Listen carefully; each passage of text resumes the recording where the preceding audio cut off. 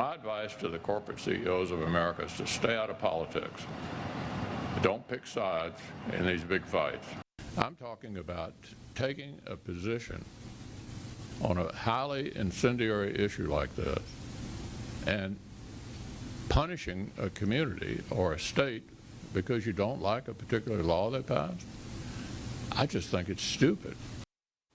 Stupid. Now, McConnell doesn't want to hear from big business when it comes to issues like voting access or any other issue right now, except that is for one. Turns out Mitch is fine if they keep cutting checks to Republican candidates. But business leaders are not backing down, at least most, and they're using their corporate muscle to push for greater voting access and pushing back against new voter restrictions in Georgia and other states that are working on similar legislation. This weekend, more than 100 corporate leaders from blue-chip companies like airlines, retailers, manufacturers, they joined together in a conference call to discuss new actions that they could take. That call, it was organized by our next guest. Jeffrey Sonnenfeld, Senior Associate Dean for Leadership Studies at Yale School of Management, kind enough to join us. And I'm curious, they obviously all heard what the Senate Minority Leader said. Did that further incentivize them to say who's he to tell us, or was there a concern that there could be ramifications as had been threatened by other Republican lawmakers? Great question. While the event was ostensibly non-political, or certainly nonpartisan, the backdrop was relevant. So you're absolutely right that there was a great spectrum ideologically with us in the room.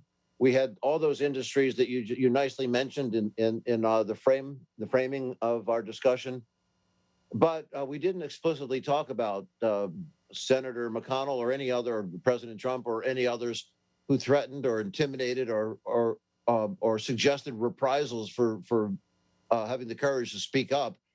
But that was the undercurrent that brought them out. These are people who are very busy people. I wrote to 120 of them expecting that we would get maybe 10 based on old relationships and things, but on two days mainly notice, maybe almost in some cases 3 days notice, but pretty much 2 days notice. Look what showed up, to have 100 show up like this, and some even called in ironically from Augusta at the Masters that made the time on a Saturday, and that it was an act of defiance against such threats that they were there. Not all of them agree with each other. They all didn't agree on what policies should be followed or what options companies have. But one thing they all agreed on is that CEOs not only should have the right to speak out, there's an obligation.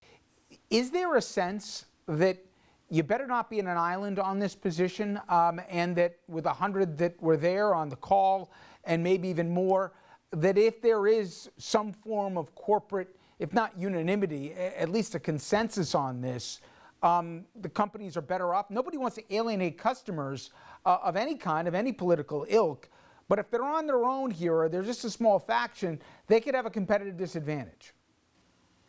They could, except the business community has realized this. I mentioned they don't want hostile, divided workforces, angry communities. They are unified in what they're looking for, and instead of fearing reprisals from partisan politicians trying to hold office by a divide and conquer scheme, they're going the other way. They're not going to be defined by either party. They're going to define themselves by the issues where they hang together in the center.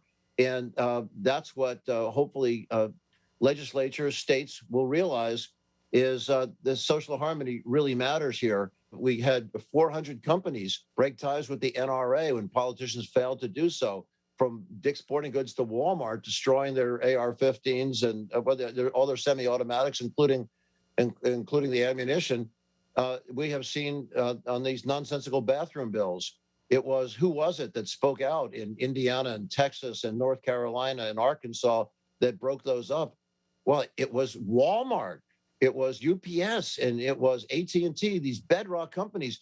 It wasn't the new age companies of Patagonia or Apple or Nike or Starbucks, although they were a part of it. Is the leading edge were the most traditional ones. It's sort of like in I don't know, August of 1973, when Johnny Carson said it was time for Nixon to step down. It was a watershed moment. This is a watershed moment now where the business community is not quaking in fear about doing the right thing. When you spoke to the folks that you did you get the sense they believe they have more influence if they're going to close checkbooks instead of writing political contributions, whether it be at the state or at the national level, for election campaigns, principally to conservatives in some of these issues? Or is it the threat that they're going to close shop or not do maybe a project there and go to another location that, you know, let's say has more amenable voting rights? Is it the pocketbook, or is it the threat of, you know, using business or moving business somewhere else?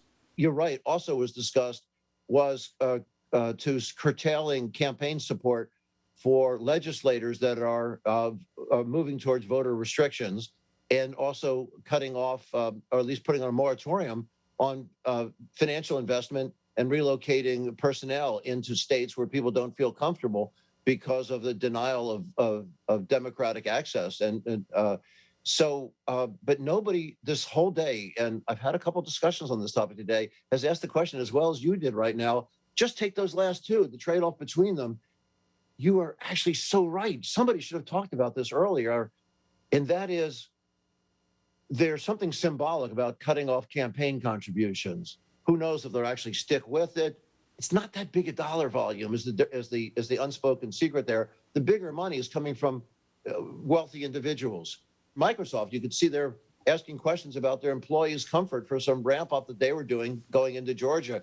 That kind of stuff has a huge impact when it has to do with employment and the state's visibility and the reputation of the state and things like that. There are certain states that will suffer greatly if they don't clean up their act. Is there a concern where it ends? And take a look what happened in Arkansas with trans rights. Where is the expectation in terms of even on social issues if they go down? If, let's say, the majority of the workforce thought restricting a woman's reproductive rights was a line too far, is the corporation then getting involved there? Is it the determinator of that it's up to the employee base? Who decides, and how far does this go? It's if it becomes a hostile environment for workers to live, they don't want to be there. The companies aren't going to go there. When you take a look at the frustration of a lifelong, very conservative legislator who became governor of Arkansas, as you mentioned, Arkansas, Asa Hutchinson, you could see how frustrated he is that his legislature is going down these weird tracks that are very polarizing issues. No companies are going to go into a state which is perpetrating anti-democratic, anti-patriotic, anti-American values and making workers and families feel like they don't belong there. If we start to see white supremacist activity growing in a state unchecked, companies can't relocate there and won't. You know what? I really believe, Jeffrey, that people may look back as to the phone call that you helped put together maybe being a turning point. We're going to see here how much stomach corporations have for this going forward, but if they follow through, it could be a game changer. Jeffrey, again, I appreciate the time. Thank you. Thanks. It's an honor to join you. Your questions were superb. Thank you very much. Thank you. When we come back, everyone, we're going to have an update on the Derek Chauvin trial and also the police shooting in Minneapolis that has left one man dead and has spurred protests and now looting.